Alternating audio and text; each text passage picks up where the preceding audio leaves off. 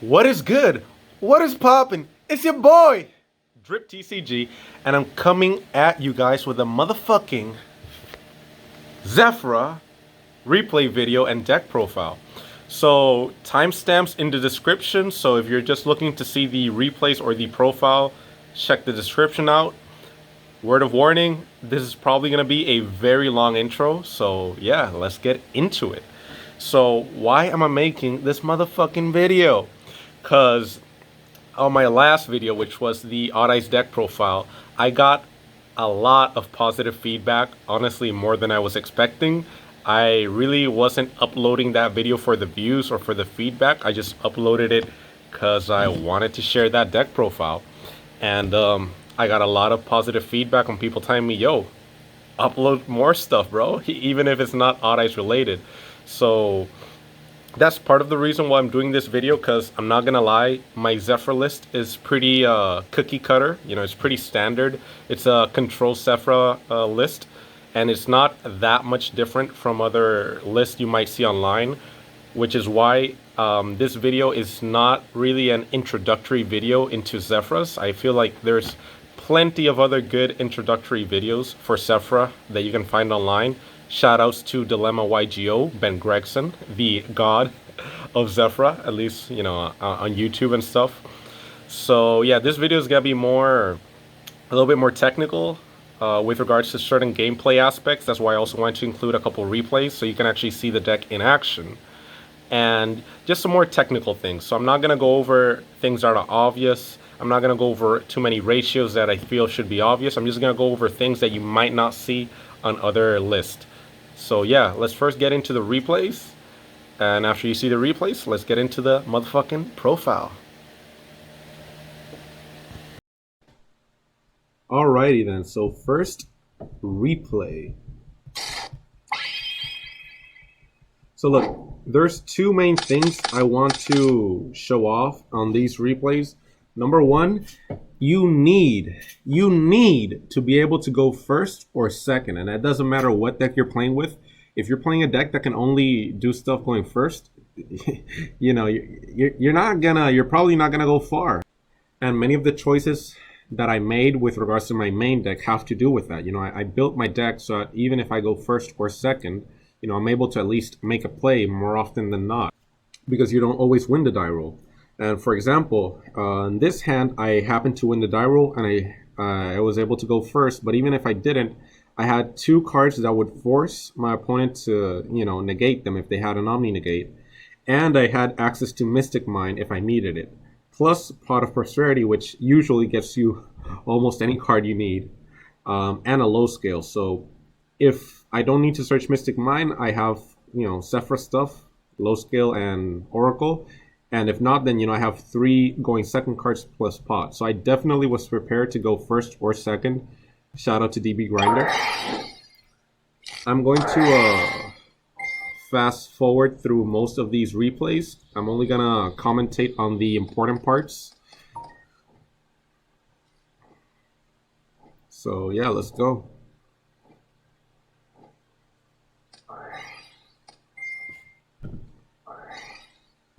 So here, so I don't know what the hell I'm going up against. I just know the main deck Ash Blossom, which doesn't really narrow it down. Now, normally I'll just go for Zefra Path setup if I don't know what the fuck I'm going up against. And, you know, against this deck, Zefra Path would definitely put in work. But I didn't know what I was going up against, and I didn't really have any follow-ups or any other interruptions. So like not Zefra War or 9 Pillars or, you know, Zefra Divine Strike. So if I at least had another interruption, I would have been more confident in going for Zefra Path. But I have a lot of respect for Zeus. And if right now my opponent happened to Zeus me, you know, if I went for Zefra Path and my opponent happened to Zeus me, then, you know, that'd be the end of the game. So unfortunately, even though I wanted to, I had to go. Even though I want to go for Path, I had to go for the counter trap there. And now he's just gonna, you know, do standard Dragon Link shenanigans.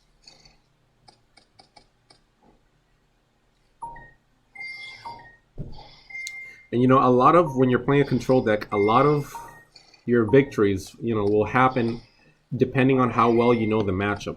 Like for example, Dragon Link is a deck that doesn't really have too many specific choke points. I guess, you know, hitting Chaos Ruler is a good card to negate. I'm pretty sure he chain blocked it when he made it. But other than this, there aren't many specific choke points you can interrupt them at. So you just have to stop them from plussing, because, you know, this kind of deck is the deck that just pluses until, you know, they just have too much advantage, and, you know, it's just too much to deal with. And definitely stopping Chaos Phase from getting access to the baby dragons and also the Grave Effect, you know, that's a really important card to hit. So that's why I decided to negate that. Let's fast forward though. And I just popped IP because I didn't want him to go into a bigger link that was indestructible and, you know, I don't know, like an access code or something, and break apart my scales. So now I happen to top deck Mystic Mine, which, not gonna lie, it was a kind of crazy top deck. But when you consider the fact that I'm playing 2 Mystic Mine plus 3 Planet Pathfinder, plus I still had 2 Prosperity in deck, you know what I'm saying? It wasn't too unlikely for me to draw it, or draw a way to get to it. Or I could have just drawn some other stuff that might have helped me. But here my opponent decides to Savage negate Zefrath, which, you know, I'm not going to say good or bad. But even if he didn't, I was just going to Pendulum Summon Zefraniu, search Zefra War, and I was going to be able to force Borrelsword either way. So either way, this thing was going to have to use its negate. And now we play the mind game.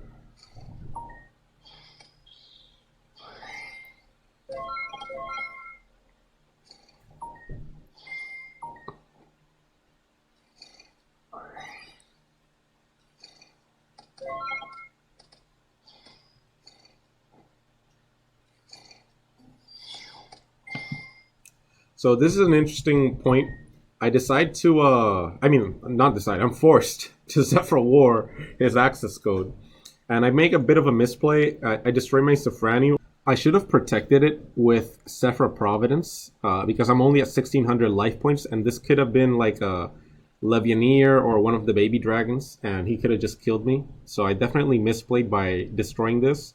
But what I can tell you was a big brain play is that earlier on, when he activated Chaos Ruler, I saw that he milled triple tactics talents. So obviously he probably still had 2 left in deck.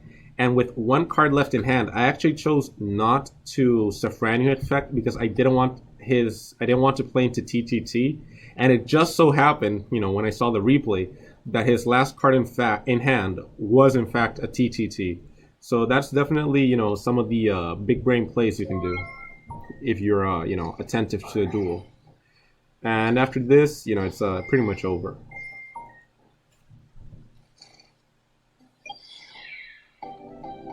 So game 2, he goes first, obviously, and he has the card anti-spell. And as you can imagine, I'm already main decking going second cards, so I obviously side deck even more. Didn't open any of them, and, you know, that's all she wrote. Not salty, you know, that's just the way the game is. You know, it is what it is. And game 3, there's also something I want to touch on briefly.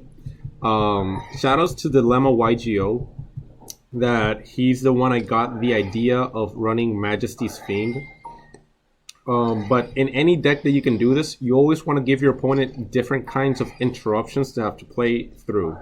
So for example, let's fast forward one more bit.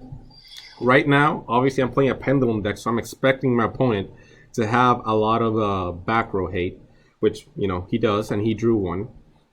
But on top of having to deal with Zefra Path, which is a huge hindrance to his deck, he also has to deal with a monster interruption being Majesty's Fiend. So he has to both have spell and trap removal if he wants to not deal with this, and he has to have monster removal. You know, like Pankratops or Droplets, not Lance, Chalice, Dark Ruler, or whatever, to deal with this. And it's not that likely for your opponent to have both types of, you know, outs for both types of cards. which happened to be the case.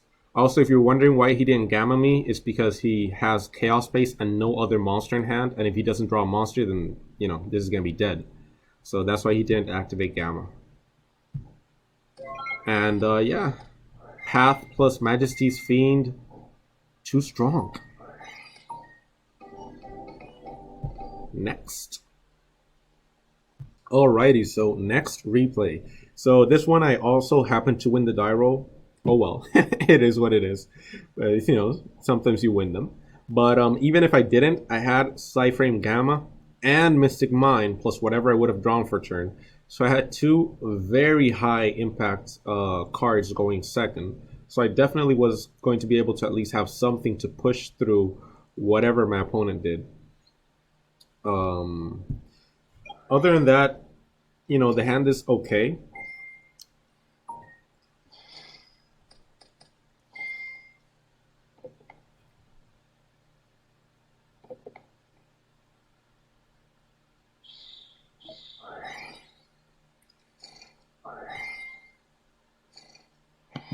So, you know, you could say it's a brick because I didn't Pendulum Summon, but I definitely think it was, you know, a decent hand because I still have Zefra Divine Strike. I still have Zefra War, which will pop the field spell. And if he didn't Ash me, I would have had Gamma. But since he didn't, since he did Ash me and I was able to go into Omega, I actually ripped a card from his hand, which happened to be a pretty good one because now his Glow Bloom can't be used. I mean, it can, but it won't get its good effect. And he basically is forced to pass turn at that point.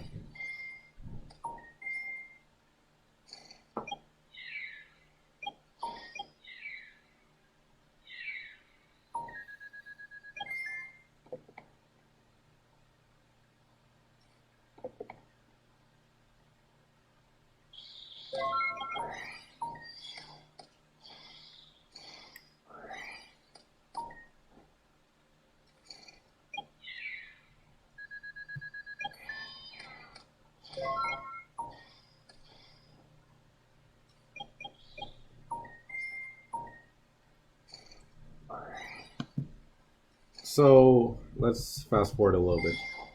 So here I make another, or I make a misplay. Hold up. Fast forward a bit. Okay, so here I make another misplay. I should have added back Zefraniu. And this is something that has come up a couple times. You know, it's just, you got to play enough to get used to it. You know, that's the good thing about playing a lot of matches. You eventually get used to knowing which plays you should and shouldn't make. And definitely, I know I make a couple of misplays in these replays, so if you guys catch something, you know, just let me know. But I should have added back Zefraniu, because whenever you can, you definitely want to summon Zefraniu to the main monster zone, not to the EMZ like I'm about to do. For the simple reason that obviously you need your EMZ for link plays, and since this is a pendulum deck, you know, more often than not, you're going to be going into a lot of link plays, which means I'm going to have to link this off. And I'd much rather have this dude over here and Zefraniu over here, because if I have Zefraniu in the main monster zone, that means that at any given time, I can either pop it with 9 pillars, I can pop it with Zefra War, or I can pop it with stuff like Zefrathuban or Zefraxciton. So definitely you know, whenever you have the choice, for example, when your opponent also gives you down arrows like an Appaloosa or the Sky Strikers, you definitely want to be summoning this down here, not up here, because you're going to end up linking it off more often than not, which is exactly what I end up doing here. And it actually cost me, I think I still won the duel, but it made it a little bit more of an uphill battle, the fact that I wasn't able to 9 pillars pop Zefraniu.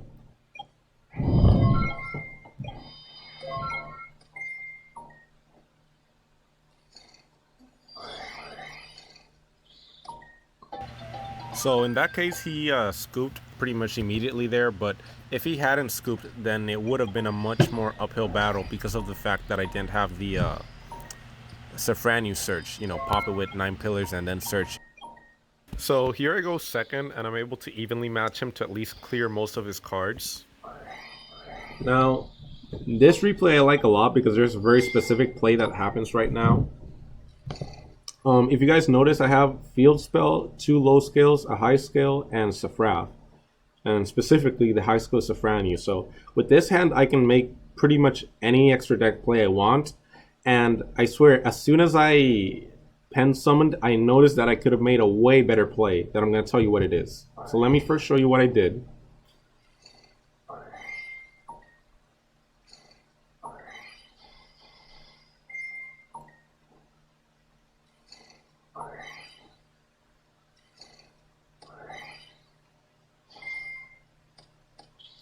Alright, so stop right there. So I went for a fan play to obviously banish Balderrock and this so he can't like Monster Reborn it. I mean, Zefra Path, but you know, if he destroys this. But with the cards I had available, I had a way better play that I didn't notice until it was too late, which is that I could have instead went for a Metaphys Horus play, and I actually could have stolen his Balderrock, because Metaphys Horus, the Synchro 6, actually steals permanently. And Balderrock is obviously a hard counter to the zombie deck. You know, it's good for them, but it's also good going against them. And like I said in the last replay, if you have a monster interruption or multiple monster interruptions, and also an interruption in the form of a spell or trap, it's very hard for your opponent to play through that, because he needs different forms of removal, or she needs different forms of removal to actually play through your board. Because right now, thanks to his top deck, he's actually able to get rid of my Zefra Path. And because I don't have you know, any more interruptions, and I don't have his Balderrock on my field, I have no way of actually stopping his plays. And it actually does end up costing me the duel in this one. So, you know, you live and learn. You live and learn.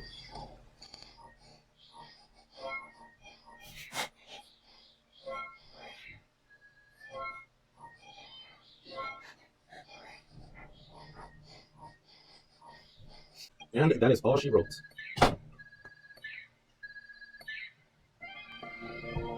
So this last replay is pretty cool, because I actually end up opening double Zefrath, and well, you guys are gonna see. So I end up opening double Zefrath, and he actually ashes my field spell. So I'm forced to obviously scale both Zefrath, and as you're gonna see, I pretty much win the duel with 2 Zefrath in my scale the whole time. In my scales the whole time. So yeah, let's just let it play out.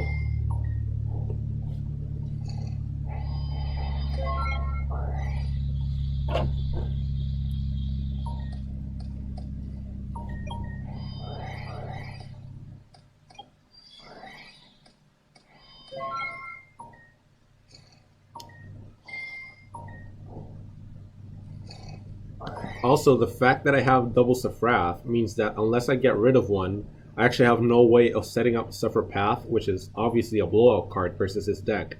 So yeah, you know, it's rough, my nigga. It's rough out here.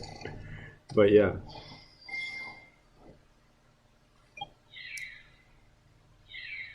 And here, you know, just getting some damage in.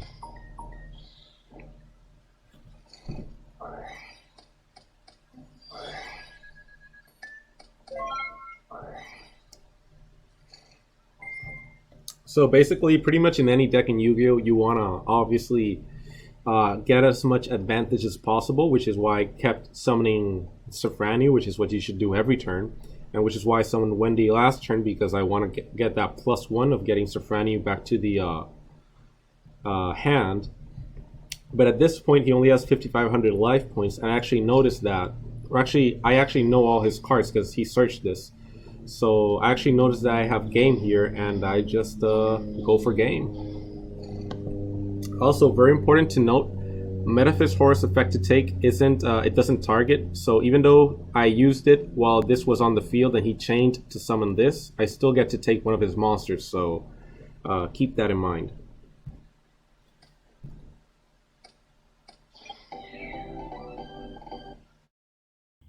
Alrighty, so last replay, let's let it play out.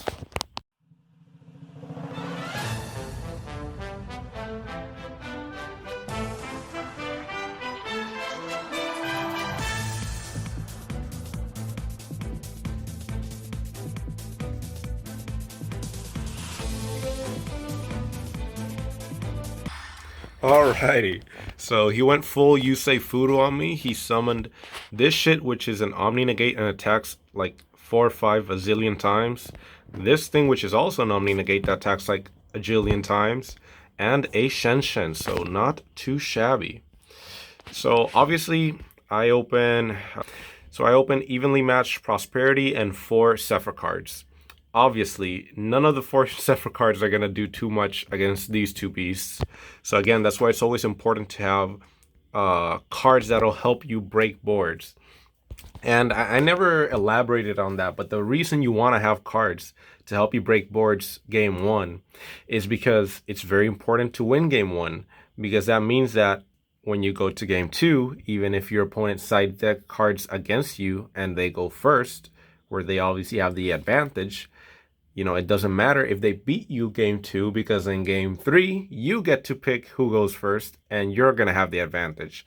So it's very important to win game 1, which is why it's very important to deck build so that your deck is ready to win game 1, even if you're forced to go second. So yeah, I open, my only go second card for the moment is Evenly Matched, but I will be getting, or I will at least be activating Prosperity to see if I can get something else. He negates, so, you know, I'm not going to say it's good or bad. He might be scared of Droplets, Dark Ruler, main deck Kaijus. Could be a lot of things. So he chooses to negate Prosperity. And now I evenly match him. So even though this didn't resolve because it was negated, it still fulfilled its purpose, which is, you know, to at least bait out my opponent's interruptions. So now I'm only going up against the Shen, which, you know, doesn't really do much against my deck.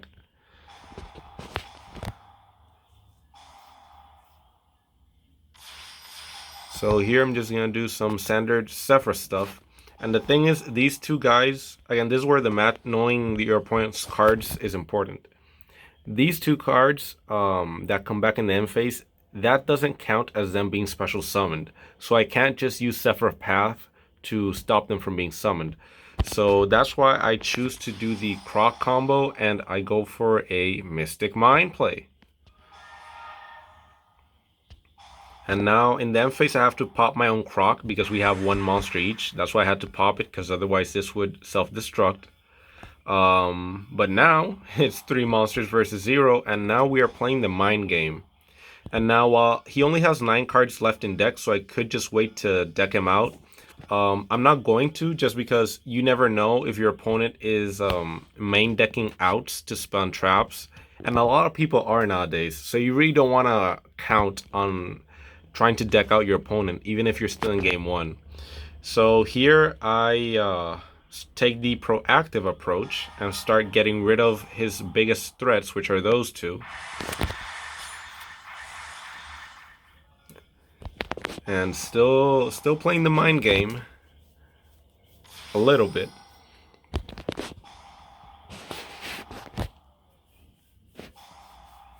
But you know, now mine's self-destructed, so now all I have to do is slowly but surely outpace him and beat him. But at least now I have a Zefra Path active. So obviously, you know, this kind of deck that summons tokens and summons from the graveyard, you know, it's gonna be hard for him to kill me under Zefra Path. So, you know, you stall them enough with cards like Mystic Mind until you can get your Zefra Path, your Zefra Divine Strike, your Zefra War, you know, online. And, you know, you just slowly but surely, you know, get back into the game. You know, that's the game plan when you're playing slower decks like these. You basically want to slow down the game as much as possible and slowly but surely, you know, beat them through attrition. And that is pretty much what happens here.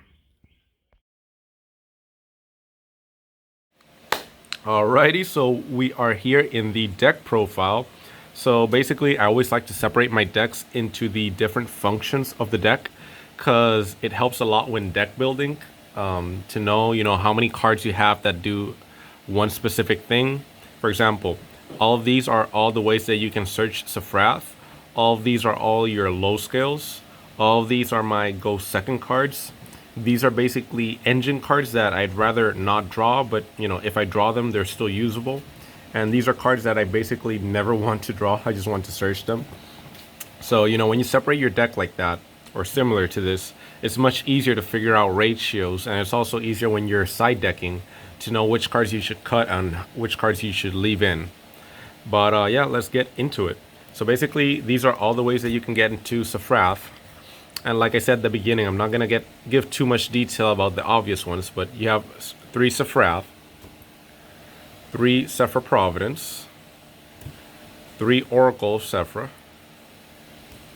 1 Terraforming, 3 Planet Pathfinder, and 3 Pot of Prosperity. Now obviously Pot doesn't guarantee you seeing any specific card, but I mean when you banish 6, it's kind of hard not to see what you're looking for. And in this deck you can pretty much always banish 6. So yeah, these are basically the cards I always want to open.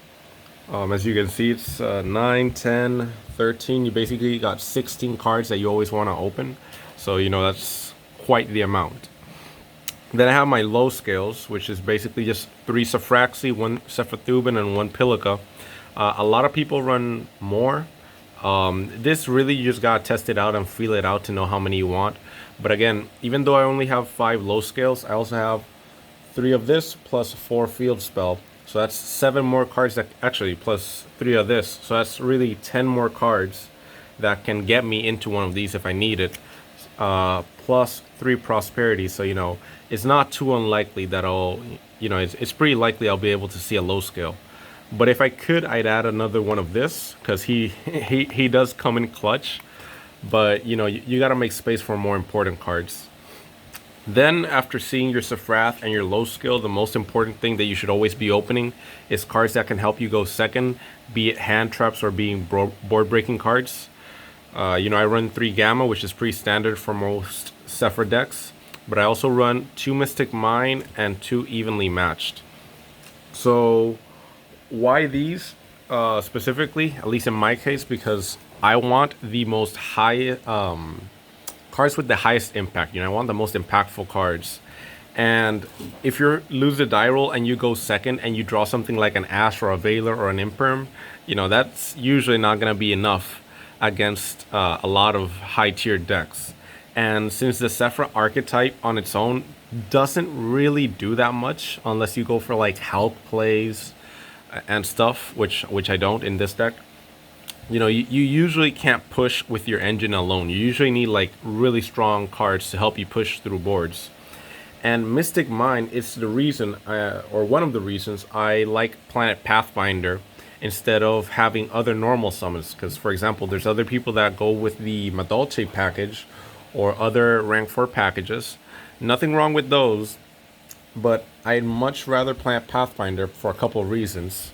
Number one, because, you know, like I said, it's 3 more copies of Mystic Mine in addition to Terraforming. So that's, you know, 6 copies in total.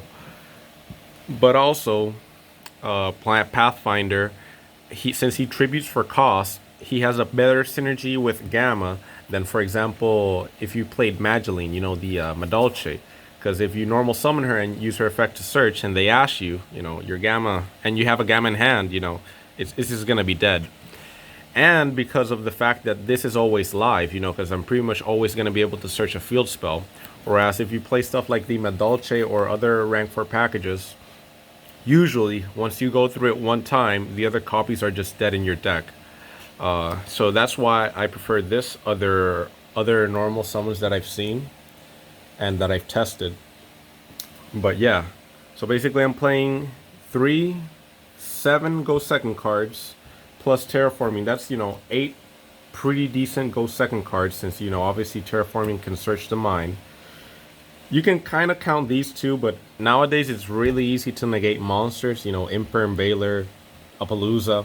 So when you're going second, you know, this isn't as reliable to search a mine.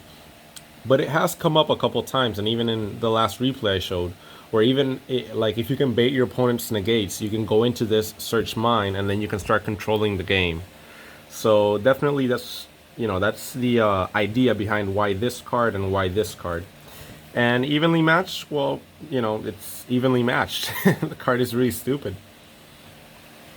And also, FYI, you guys gotta remember, Oracle of Zefra has an effect when you XC summon using Zefra monsters where you can draw one and discard one. So if you have dead copies of these cards that you're not using, including Gamma, you can just, you know, when you overlay, you just draw a card and then discard what you don't need.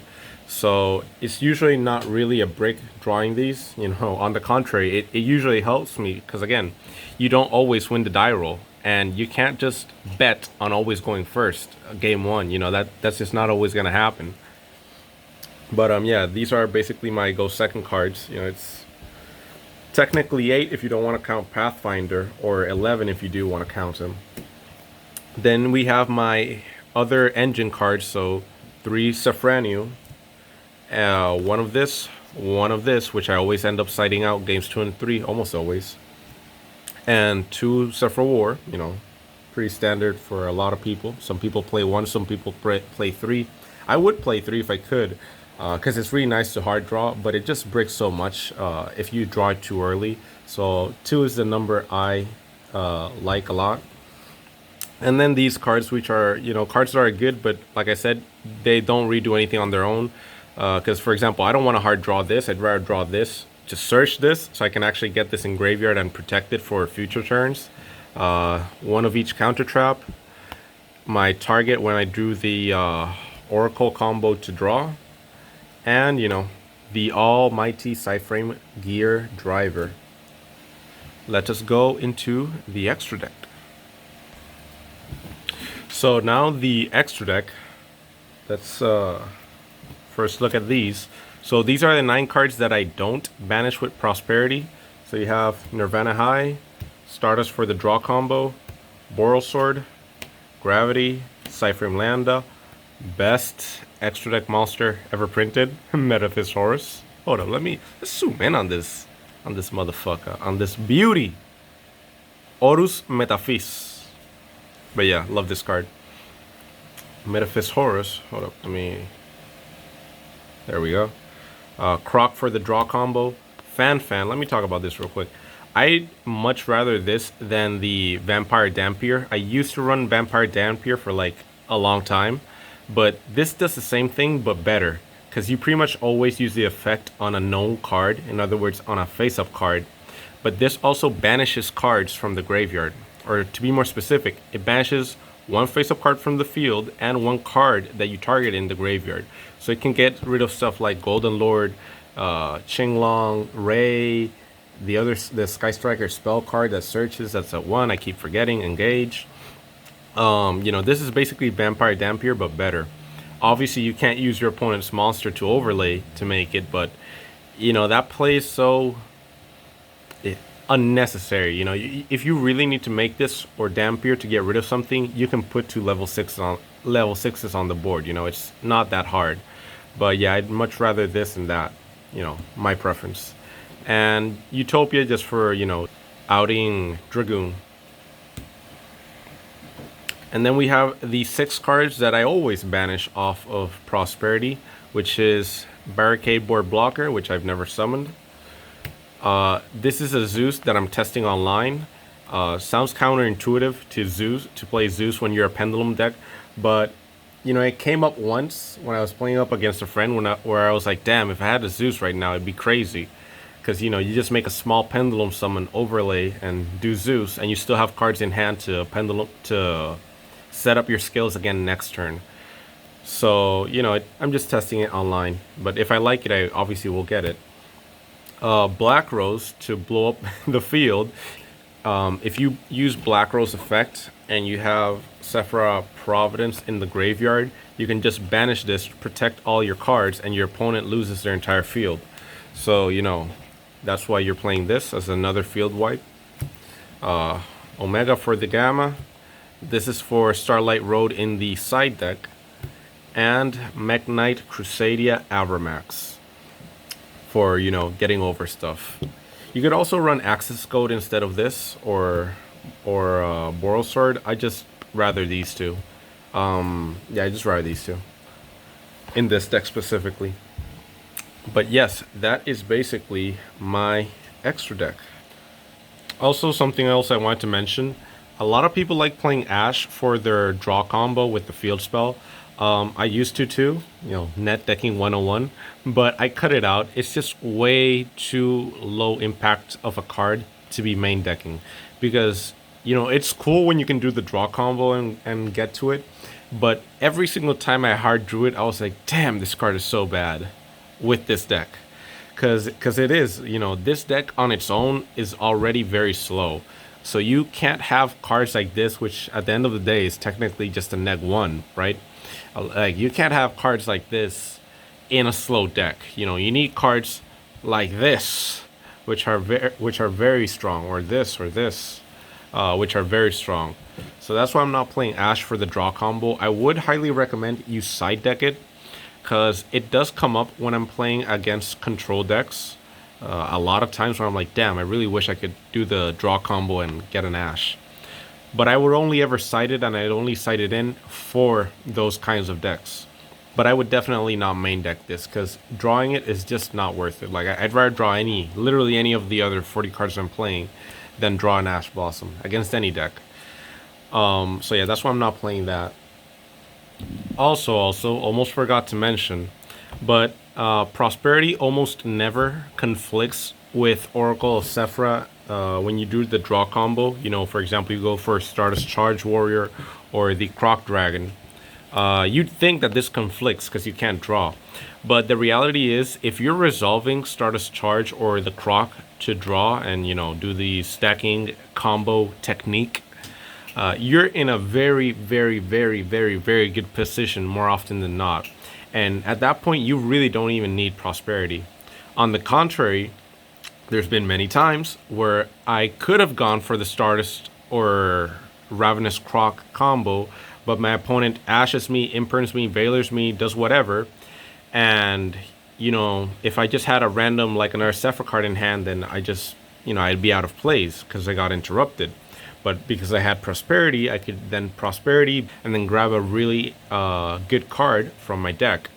So it works out either way. So it really pretty much never conflicts the whole restriction that Prosperity has. At least not in this deck. At least not, the times I've play tested it. So yeah, that is it for the video. I know at parts the video might feel rushed, or at least that's what I think. But honestly, like I said, there's just been so many people that have already covered a lot of this deck that there's just a lot of stuff where I don't want to be repetitive, because I'm not going to upload a video just to say what has already been said a bunch of times. So, but that being said, I definitely appreciate any and all feedback. So if you absolutely hate the video, if you think it's a piece of trash, please let me know. And if you love the video and you think it was amazing, please also let me know. I'm not really trying to build up this YouTube channel, but it's something that, if it happens organically, like if a lot of people like the video the same way a lot of people already liked the last video, then for sure I will keep on putting content, because it's a win-win scenario. I get to show off some cool strategies and people get to learn. So again, just if you made it this far, just let me know your feedback. That is the whole reason I'm making this video. It's because I got a lot of good feedback on my last video, and I want to at least put something out. Either way, I probably will profile more decks in the future, but only when I feel like it, kind of like I did with the Odd Eyes deck. But if I got a lot of people telling me, like pressuring me to make either more profiles or replay videos or other kind of stuff, then I will obviously abide. I'll be like, all right, if there's enough demand, then I'll take out time to to give the people what they want, to give people some content. So again, for the 10th time, just if you made it this far, just let me know what you think. I really do appreciate the feedback. And yeah, hope you guys have a amazing rest of your day. Take care. Peace.